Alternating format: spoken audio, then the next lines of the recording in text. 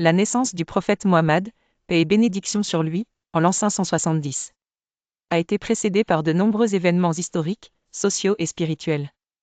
Voici un récit détaillé et approfondi de tout ce qui s'est passé avant son arrivée. Les Arabes étaient principalement polythéistes. Ils croyaient en plusieurs divinités qui, selon eux, servaient d'intermédiaires avec Dieu. La Kaaba, construite à l'origine par Ibrahim, Abraham et son fils Ismaël, était devenue un sanctuaire idolâtre. Certains Arabes pratiquaient encore le monothéisme d'Ibrahim et étaient appelés les Hanifs, dont Waraka ibn Nawfal, un cousin de Khadija, qui a reconnu plus tard la prophétie de Mohammed. L'Arabie n'avait pas d'État centralisé.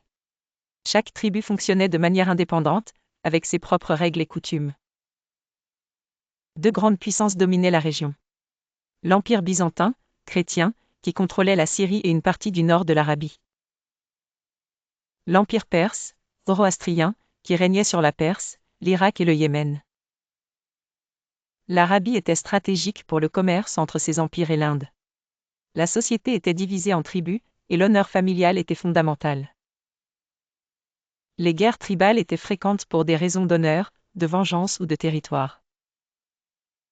Les femmes avaient un statut inférieur dans la société, bien que certaines, comme Khadija bint Khuwaylid, aient réussi à atteindre un statut de respect.